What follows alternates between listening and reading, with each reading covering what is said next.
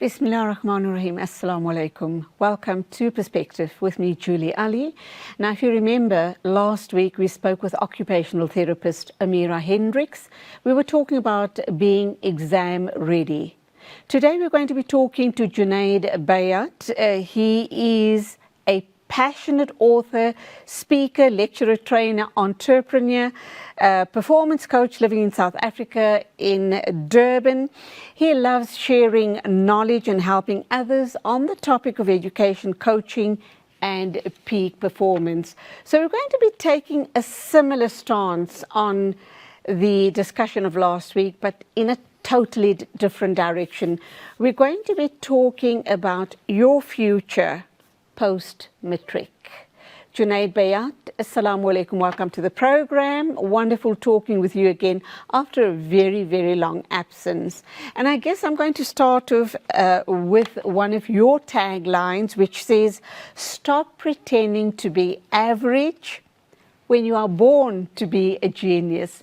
How can I or anyone that's just gone that's going to be writing the matric exams and may not get the type of results they're hoping to get actually believe and buy into a statement like that? Assalamu alaikum, welcome. Wonderful to have you here. Wa alaikum salam wa rahmatullahi wa barakatuh. Always good speaking to you, Julie, and the listeners and the audience. Yeah, very excited and a very loaded question. If I were to take a step back and, explain why do I say this as part of my personal code, there was a study done. It's called Breakpoint and Beyond, and they tested 1,600 little kids aged 3 to 5 years old for genius capability. This test was done by Stanford, Harvard, as well as NASA. And what they found was, they found 98% of those people had genius capabilities. However, when we do our PhDs, we do a longitudinal study over many years. Every 5 years, they retested these kids. So from 3 to 5, then 8 to 10, 13 to 15, and like that. What they found was at the end of, the education that students were put into, they had actually lost their genius capability. So the question now you ask is, okay, what do I do? Let's look at facts and let's look at reality. Every year, annually, we have more than 1.3 million students register for grade R, and less than half of them actually end up writing the matric final exam. Now, why am I telling you this? In the same way, if we look at, let's just take last year's figures, 2023, 780,000 matriculants write the matric final exam. From there, if we take, for example, let's say only half of them pass. Right? We're looking at a figure of around about 400,000. Now, in South Africa, there's only space at our higher institutes. There's only space for about 195,000 students annually. So if we round that off and say 200,000, we know for a fact every year there's only going to be 200,000 spaces in academics in terms of the higher education. So not everybody is going to go to university. Not everybody is going to get to go and study further. So the question is, what do you do?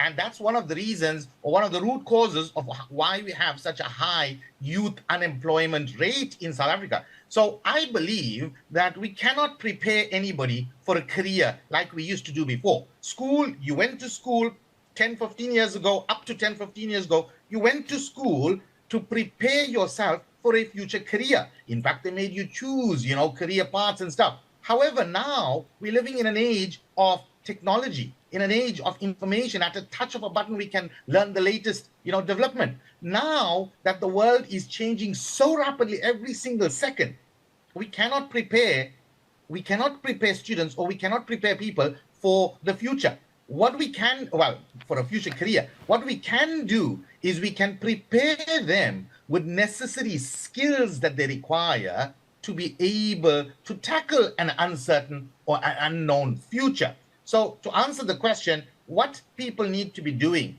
right now is, okay, you can't get to school, you can't get to university. You got to make a list of what are all your strengths, your talents, your skills, and basically your passion, things that make you come alive and excite you, things that you like to talk about.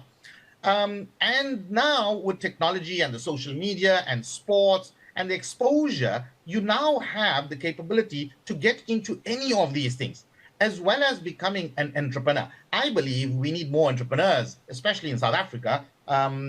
We need more entrepreneurs so that they are the ones that actually will make the economy run and actually thrive. So what we got to do is build skill sets. We have to keep building new skill sets, especially for all the young listeners and the young audiences out there that are listening. They need to develop as many skills as we can. When you look at the word learn, Learn, the more you learn, the more you earn. So if you take out the L from learn, it says earn. What you need to do is learn as much as you can, especially on the topics that you're really passionate about, the topics that excite you, the topics that you have some kind of skill or talent in.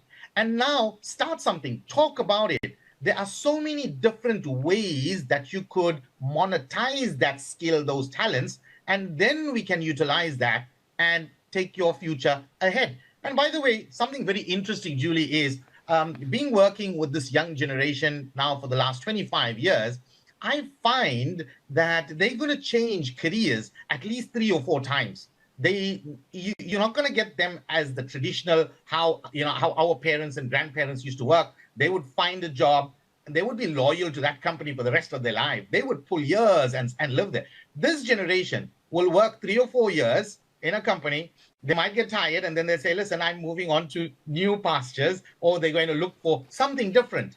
And they will go out there and, make a difference. And then after 4 or 5 years, they'll tell you they're taking a gap year, or they're traveling or doing something else. So they're going to change careers at least 3 or 4 times. This is given based on the facts and the research. If you look at the statistics of how many times generation X, Y, and Z now change careers in the corporate world.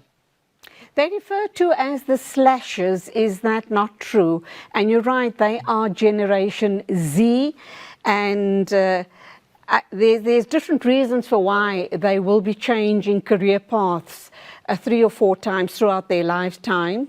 It could be motivated by earning more money. It could be motivated by broadening their skill sets. It could be motivated by the fast-paced world we're living in, and for them to keep up with changing technology and changing life skills and life sets. So there's a whole host of issues around the reason why they will be changing career paths over, during their lifetimes. And it has now become acceptable as far as corporate governments, etc., people who employ people. Employers have now accepted that as a status quo.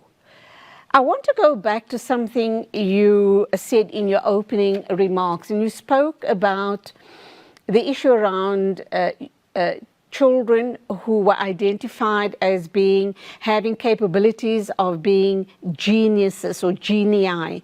But as they progress and as they grow, it seems as if they lose the genius that they've been born with. Number one, what's the reason for that? And number two, just a remark that I picked up a couple of years ago, many years ago, when we were talking about children being tested to see whether they are in fact, do they have genius capabilities or not? Because if they do, they need to be put into a specialist school to maximize on this gift that they have. A psychiatrist at that point told me that what we don't realize is if we're wanting our loved ones to be recognized as geniuses, we are disadvantaging them, because they then become pigeonholed. They don't socialize as other regular kids socialize, and they can't have a regular life. So your thoughts on that? First of all, I'll answer the first part, the root cause. What is the cause? And then I'll talk about the second part. I actually totally disagree that they become these pigeonholes and stuff, because they need a balance. And we need to look at 3 main areas for every young person who has any potential capabilities or different skill sets. I call it an LMS, a life management system. But coming back to the first part of the question, what was the reason? And this is going to shock a lot of people. They found that the common denominator for those was that the common thing that was amongst all of these people that made them lose their capability, the genius capability, was they were so-called educated in an educational institute. So if we go back and look at our schools, right? Now, schools are still based on the Industrial Revolution and how it was in the industrial age. It's hundreds of years old. The system has not changed. It hasn't adapted. You know, something very interesting. I did a principals conference. There were about 450 principals that I spoke to. And I asked them, I made up a question. I was guest speaker. So I made up a question that was, I knew they couldn't answer it. And what happened was, they couldn't answer it. And then I told them, okay, do what you always do. And I saw everybody reach for their phones. And I said, okay, if this is what we do in real life, why aren't we allowing students to be able to do the same? Maybe we need to change the way we assess them and change the way we do, testing and assessments, and allow them to use what they do in everyday life. So the common denominator that actually educates people out of their genius capability is the so-called education system. The second part of your question was about what she said, that we're going to put people in, and they're going to be, left alone and they won't be able to interact and socialize. I totally disagree. What they need is a balance. If they have a balance, if they have very high IQ, then naturally we need to actually also increase their EQ as well as the SQ. EQ is the emotional intelligence and SQ is the social intelligence. The SQ and the EQ are the most important, aspects that corporate companies look for. I work with a lot of corporate companies, like big ones, big brands, like SA Home Loans, Liberty Life, Tusogo Sun, where I've been doing training for them for more than 10, 15 years. And again, they're looking for these emotionally intelligent people who have good social skills as well as good results. Okay, we're sorry to interrupt you, Junaid, Bayat, but we need to go for our first ad break. We will pick up from where we've left off and continue this very fascinating discussion, inshallah.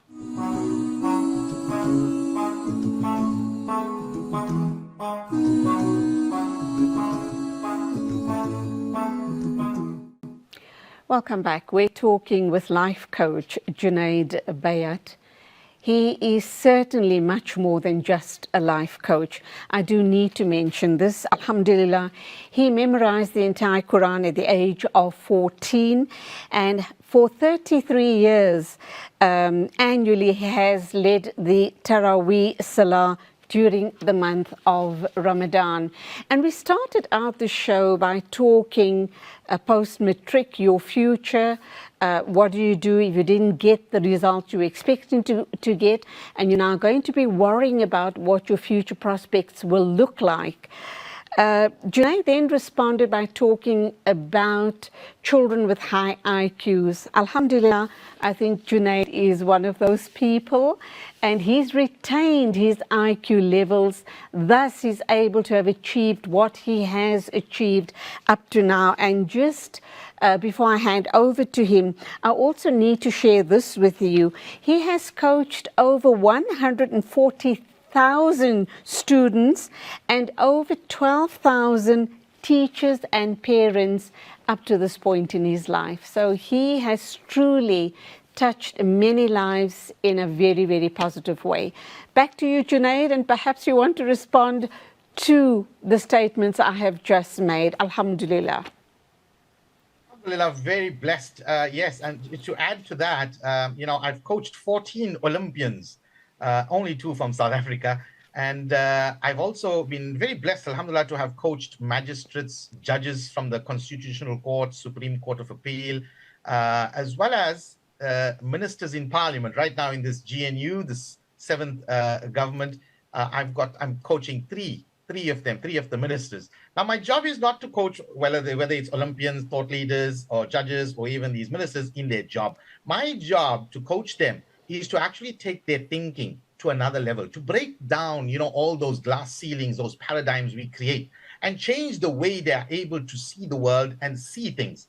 That's the speciality I bring, and obviously also at the same time to enhance performance, to get them to perform at their peak by tapping into their true potential. My passion is about human behavior and the different personality types and how they behave, how they speak. That's a passion. I really enjoy it. Coming from a background of technology, people always ask me, how did you get in this?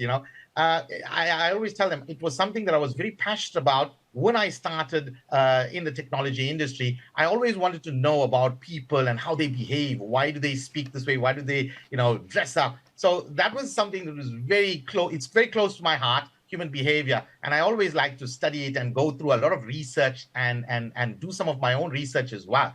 So yeah, that's a little bit about what brings me so close to, behavior and performance. So obviously you're very interested in human behavior, performance, getting people to their peak area of performance, alhamdulillah. Thus, you have coached over 140,000 students, and you've done amazing work right across the spectrum, including sports people and government. That brings me back to that initial statement regarding IQ, geniuses and IQ levels, and where and how does this fit into the picture of post-matric? So you didn't make it, you didn't get a university entrance, or perhaps you failed one or two subjects, you're going to have to rewrite. At that point, you've already lost motivation.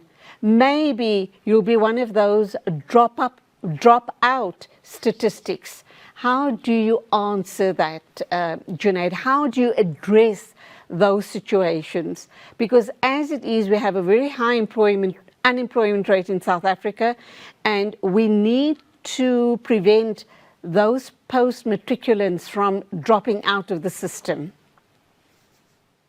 So the number one thing most people don't realize is if you focus on the results, that's you focusing on IQ. Now, if I were to give you facts in corporate companies no more go to the universities and look for those students with the highest mark, or they're not looking for matriculants who got the highest marks. What they're looking for is something else. And this is what I spoke about earlier on.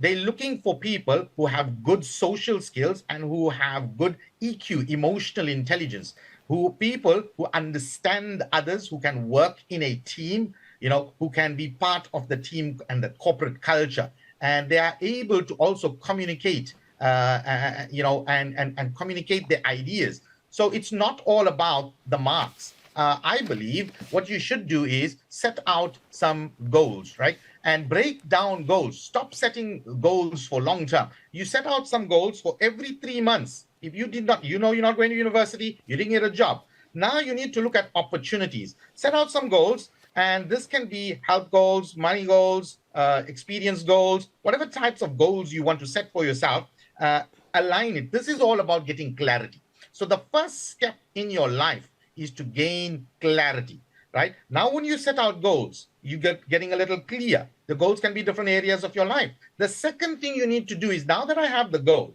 ask yourself, do I have the capability? Do I have the skills? We call this the competency. Do you have the skill sets or the skills, the capability to achieve that goal?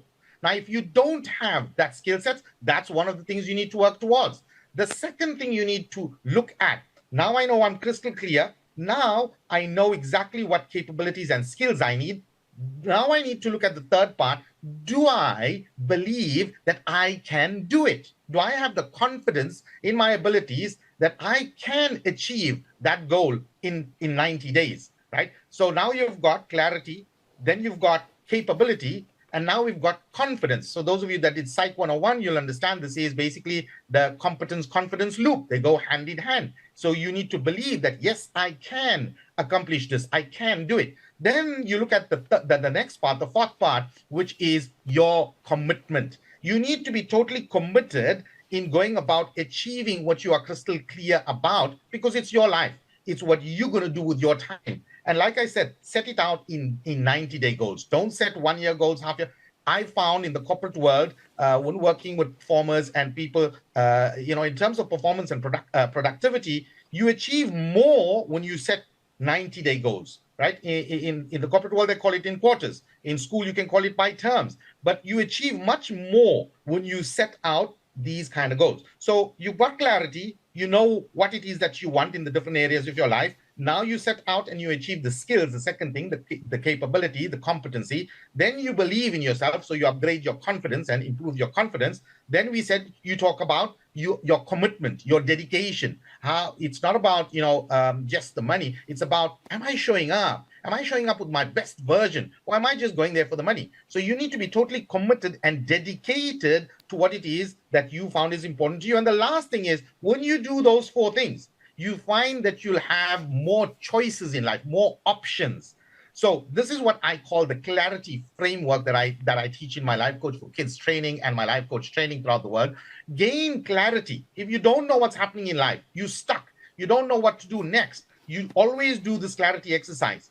Do it for every single area of your life. The most important, which is health, relationships, finances, career, recreation, social, and these areas, whatever else, spirituality that's important to you, you add them in there and you do this clarity exercise for every area of your life. You become crystal clear. And there's a very famous saying that I learned from Tony Robbins. He says, clarity is power. The more clear you are about what it is that you want in life, the more powerful you become. So when you're setting out these goals, some basic stuff is, do not set out these ambiguous goals, or they normally you'll hear people saying, I just want to, I want to lose weight. You losing weight is not a goal. It's a solution to a current problem you have. Okay, so your goal is actually you want to live a healthy lifestyle. Somebody might say, I want to get out of debt. That's not a goal for me. For me, that solves a current problem in your life. So it's a solution to a current problem. So set your goals in such a way that it actually challenges and expands your level of thinking. Now, let your goals be for health, right? Let your goals be for career, for finances, right? Bills need to be paid, things need to be done. And at the same time, look at the work, look at technology. Now with AI, we can achieve far more in less time. Where before I used to write out, a comprehensive business plan and it took me 2 weeks to do. Now with AI, we can do it in like 30 seconds, 1 minute. The key about it is most people are not using the full potential of the artificial intelligence. They would tell it, write me a speech or write me a business plan. You got to become, you got to learn prompt engineering. And here's a big thing that I found that's going to be in demand, right? With the amount of data, right, coming from the technology background that I have, with the amount of data and information that is stored online, one of the big careers is going to be data analysis. If you can analyze data, look at different sets of data and analyze it, come up with the patterns and the trends and all of that, you will be highly paid. These companies will start looking for people that are able to analyze data a lot. So look into data analysis. Technology can help you. And a lot of you, what you need to do is, like I said, gain a lot of skills. Look at skills like digital marketing. It's there. It's never going to go away. It's only going to get better. Artificial intelligence, look at prompt engineering, how to actually create the right types of prompts, and technology in collaboration with education. So if you can look in these spaces and come up, brainstorm, you'll find there's always an opportunity. There's always things to do. And worst case, if you still don't find a job and you still don't know what you're going to do, find a business that's already successful, somebody who has a successful company, business, product, and you market them. They call it affiliate marketing. On the internet, they call it affiliate, where you become an affiliate for that person, and now you market their products and you get a percentage of that. So that's also an option for you. So there's always an option. If you're looking through the wrong eyes that, oh man, I'm stuck, I can't do anything, then you're looking through negative eyes. You need to change the way you are looking at life and the options that are available to you. So change the way you look at things. Look for opportunities, not for the obstacles. And you'll find, there's tons and tons of opportunities. More. All right, Junaid, once again, we have to go for an ad break. We will continue right after that. And I'm absolutely fascinated by what you're sharing with us this morning, but lots more to come. Please stay with us.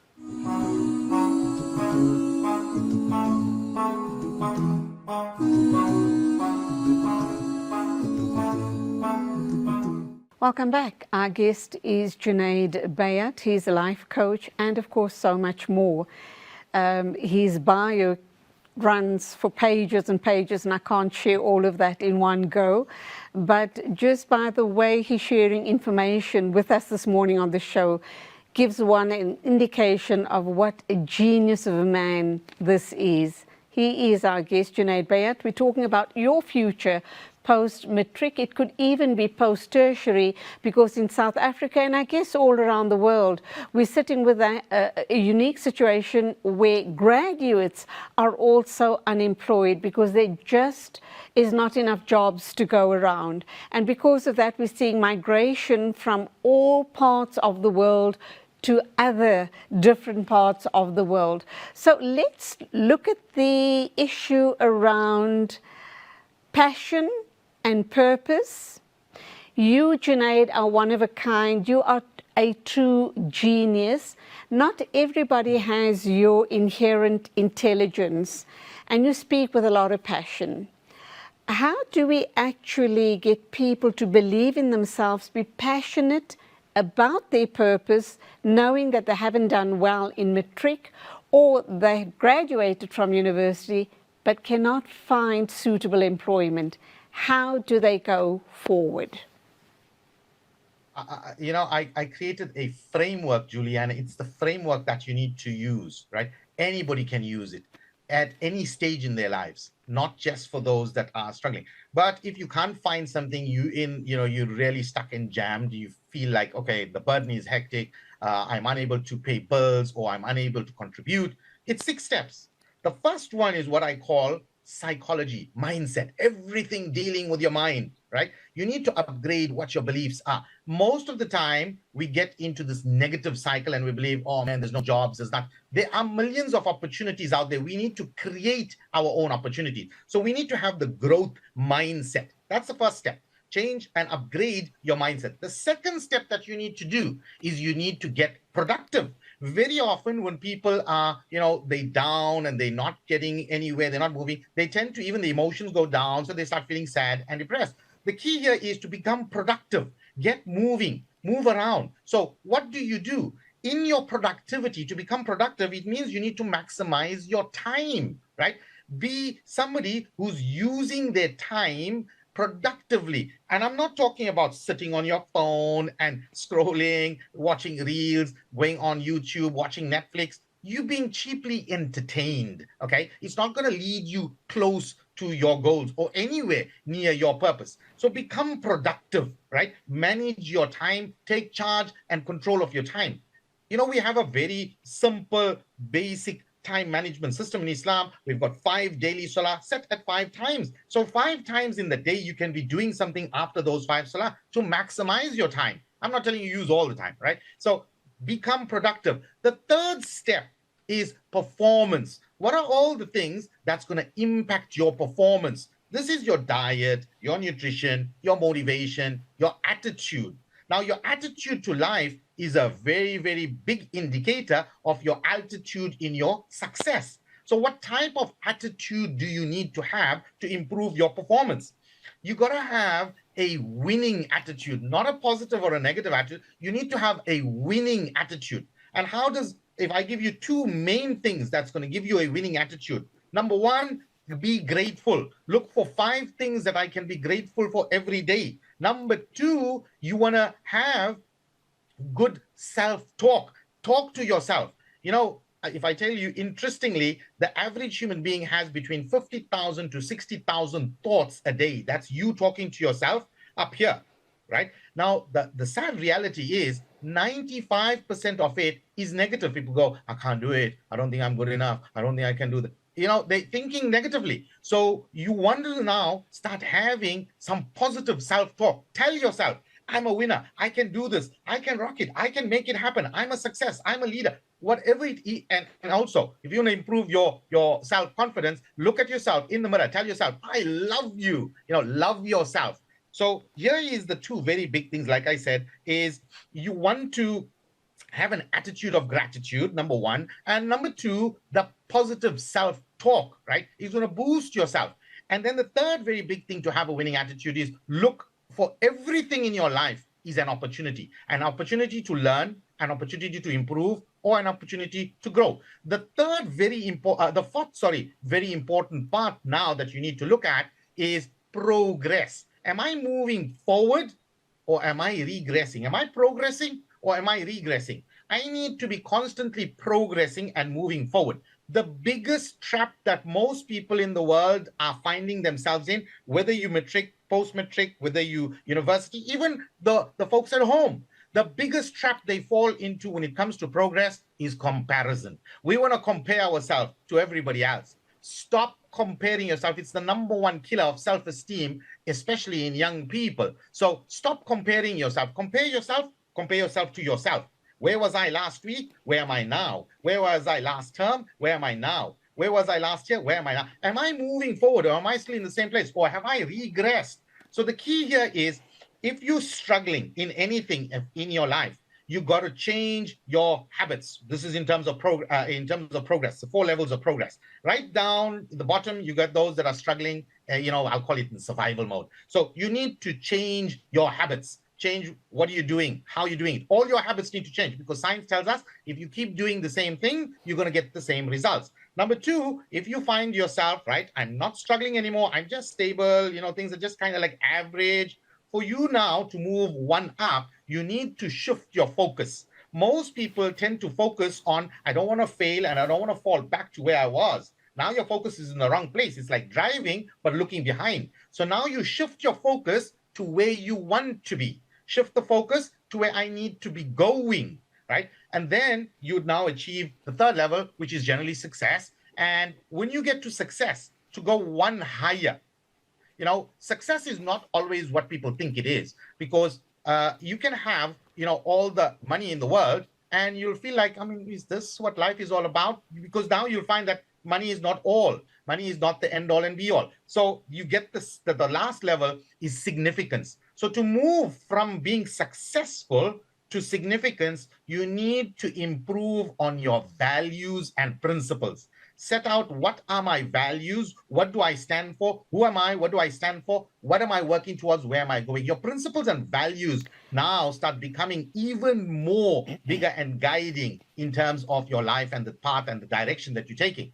And then the last part is now. All right, complete that. And I have a very important question that I need to put to you regarding all of these values that you're talking about.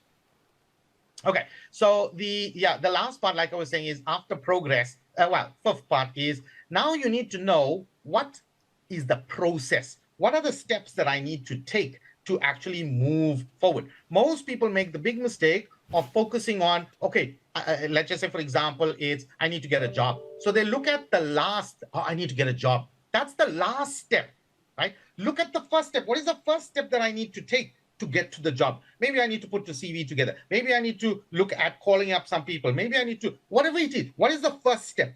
Simple things, break it down. Like if you're going on a holiday, if you're going overseas, you need to know, right, I need to book my flights, I need to get my visa. These are the little steps. Focus on that one step. And this will give you a bigger picture towards your purpose and direction where you're moving in life. So those are the things that you need to do. Get the right mindset, number 1. Number 2, get productive. Number 3, improve your performance, especially your attitude. Have a winning attitude. Number 4 was about progress. Keep moving forward. Do not fall back. And then I spoke about process. What is the step-by-step that I need to go about achieving? What's the first step? What's the second step? And then this will lead to ultimately your purpose and your passion.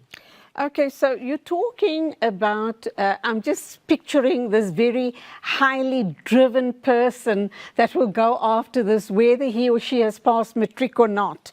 They have this win-win attitude, and they truly are focused, because if you're not focused and highly driven, you're not going to get there. So let's look at the opposite end of the spectrum. Those people who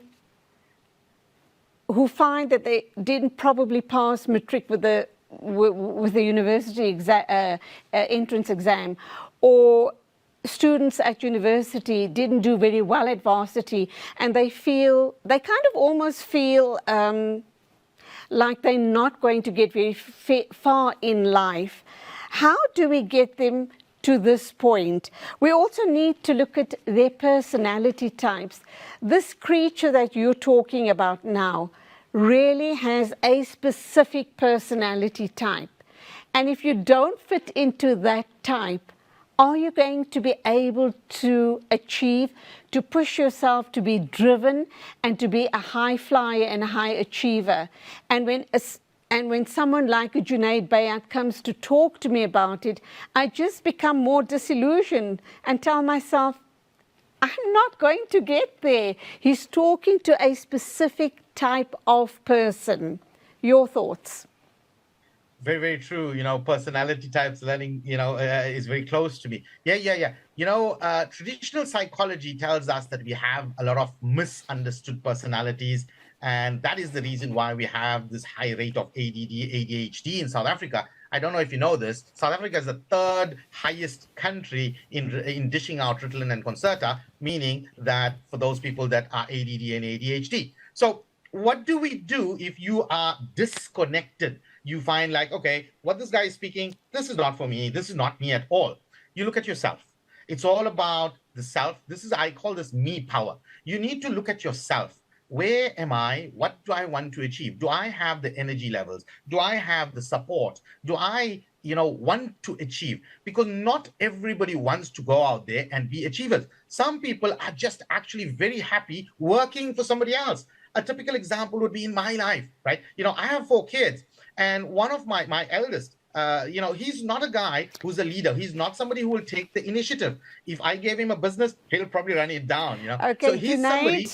Sorry to interrupt you. We need to go for another ad break. Please just hold that thought. We will continue right after the ad break.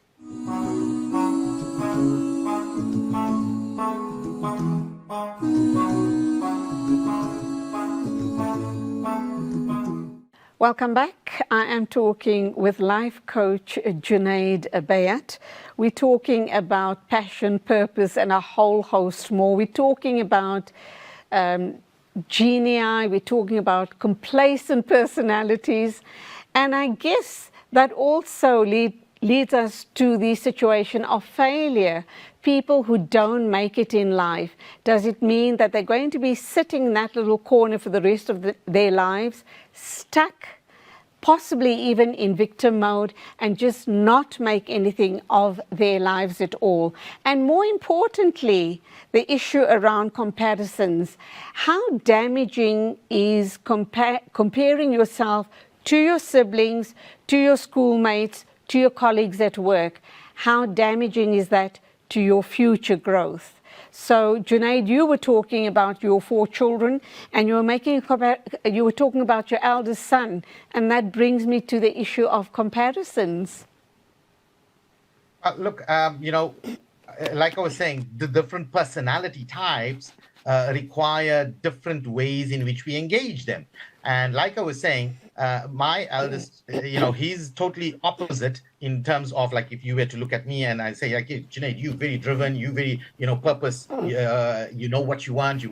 He is somebody who is like what we call a kinesthetic personality. They go with emotions and they go with feelings. So he'll be somebody who would, wake up at whatever time he wants, do whatever he wants. And when he needs to find something purposeful, he'll get into it. And then after a while, they kind of like, it just wanes and finishes, and then it's gone completely. So with these people, what I tell them is there's a lot of hope. Please do not lose hope. What it means is your personality is very different. You are driven very differently, and do not look for motivation. The biggest problem most parents make is they say, no, my child is not motivated. It's not a case of motivation. Motivation, if you look at it, is just a feeling. It's a state, right? What they need is consistency. So they need to start doing some things, anything. And I tell them, start with something simple, your regular prayers. If you read 5 prayers every day or even 3, right? Get consistent. Suddenly now you're becoming consistent in an action. And that can now translate into, we can use that as momentum. So for me, consistency always trumps motivation, because like I said, motivation is you waiting for the feeling. Consistency is I wake up and I do it whether I feel like it or not. I'm doing it every single day, set times. So you better off being consistent right? And get them into doing little things. Start small, right? And build up from there. And again, like I said, we have an entire generation who sometimes, even at the age of 30 and 33, they still have no idea what they're working towards. They don't know where they're going, what they want to achieve, what kind of life they want. So we got to just, work with them. Do not work against them.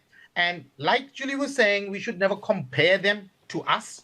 Or, because we as parents, we make that mistake. I made that mistake myself. I used to go, when I was your age, I was there. And then I realized, no, man, we comparing.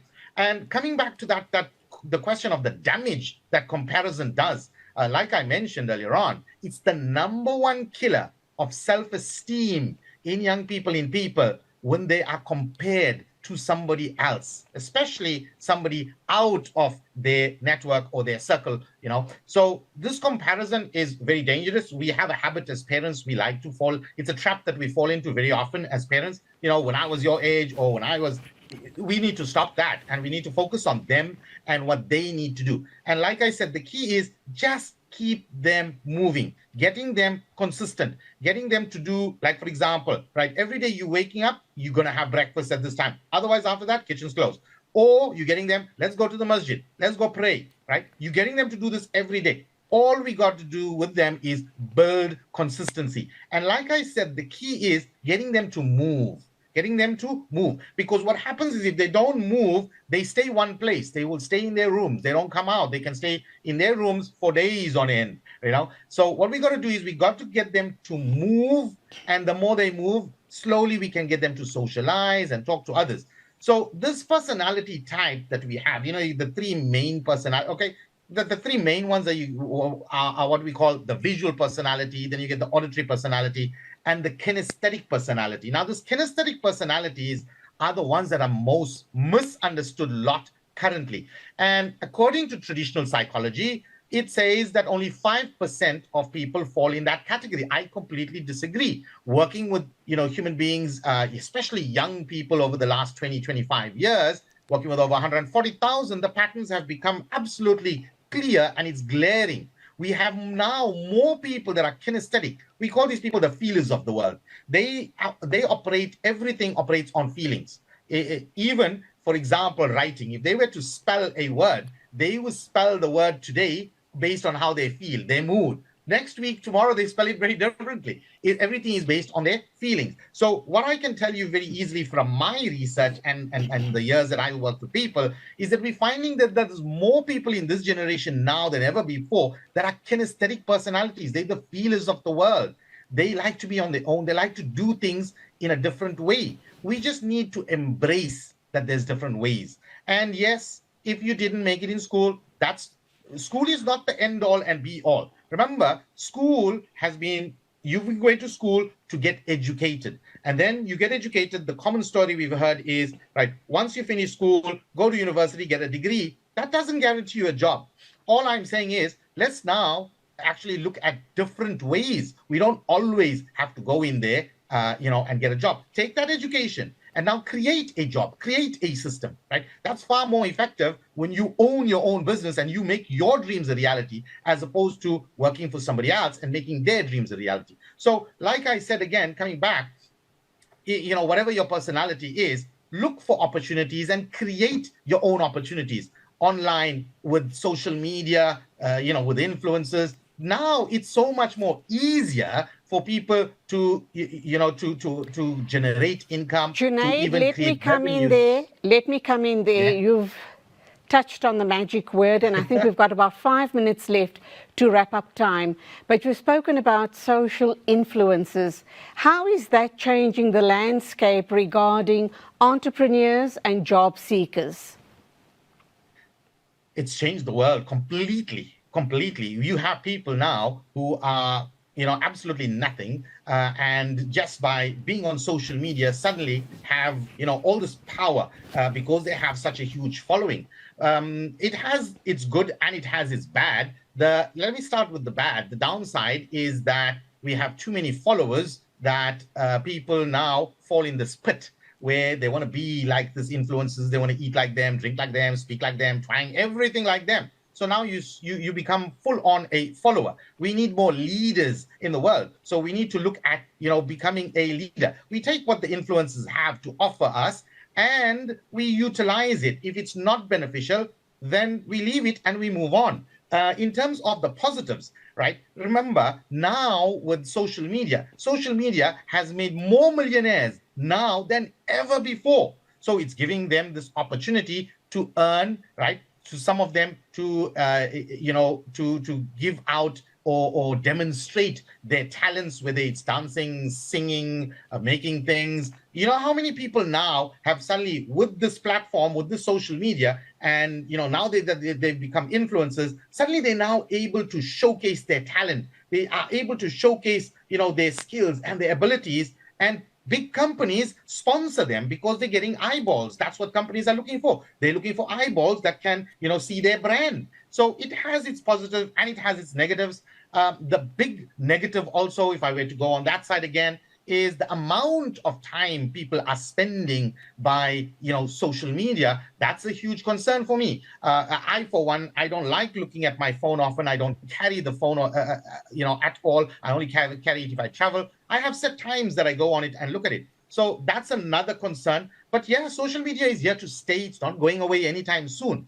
Monetize it. Look at how you can maximize it as well. If you were to offer, look in your circle. Are there any 2 or 3 companies, right, or small businesses around you? Tell them, I'd like to post on social media for you. And creating content now for social media is now more easier than ever before, especially now with AI and the technology available. So turn it into an opportunity.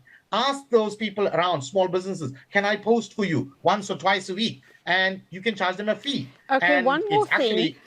More thing, as we're going to be wrapping up in a short while, the difference between a social influencer and a leader. How different is that? And in this day and age, do we still need leaders? I've got about 1.5 minutes to wrap up time. So please, can you just give me a short, sharp answer? Okay. In terms of leadership, basically what we need is people who can, move an organization, a group, or a network, right? And what this means is in leadership, we need to have visionaries, people who can see beyond the obstacles and the challenges that we are facing, who can see 5 years, 10 years down. They must be able to see deep down the line where we're taking everybody and where we're achieving, where we want to move people. The second very important thing is, as a leader, you need to understand people. You need to understand how, what moves people, what motivates people. So you need to have good communication and good persuasion or influence skills, which falls under communication. So in terms of leadership, become a leader. Start with your own life. Lead your own life. Create a vision for where you are heading in all areas of your life, and develop good communication and people skills, because those are the keys to leadership for the future. And remember, the future is in the minds of the youngsters, the minds of the youth. And that's where we're going to have to leave it. That's what life could look like for you post-matric. And remember, the key word there is entrepreneurship, because there just ain't enough jobs going around. So that's where you need to focus at. And of course, another avenue as well could be, if you're a persuasive person, you could become a social influencer.